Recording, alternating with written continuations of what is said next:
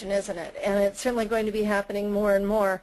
I've done a separate webinar on that, and I would be glad to tell people if you send me an email to tell you about that, or send it to Sarah and she can help me know, and I'll let you know.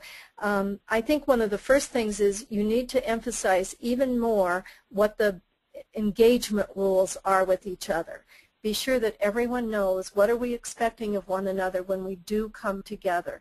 Have frequent I would say webinars or some kind of live meeting so that you can have the video on. The video will make a big difference in people seeing each other and building a sense of engagement.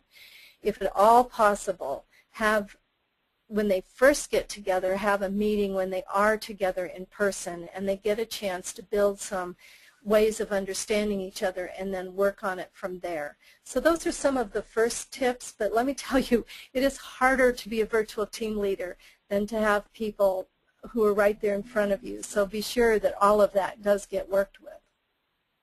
Mm-hmm. Great. And I don't know, Marcia, if you can see Jane's question here, but Jane lists in a very interesting question around changing teams. So it sounds like in her organization, teams change around a lot. They're not staying intact for very long. And so one idea that she's offering is kind of that suggestion of how do you then, work on that team emotional intelligence if that intact team is not staying around for very long. They're swapping out, people pretty frequently. Well, Jane, I appreciate your question. It's a very good, very astute question. And with all of these, we all need to pitch in together to come up with answers. Let me respect that you have a great deal to offer.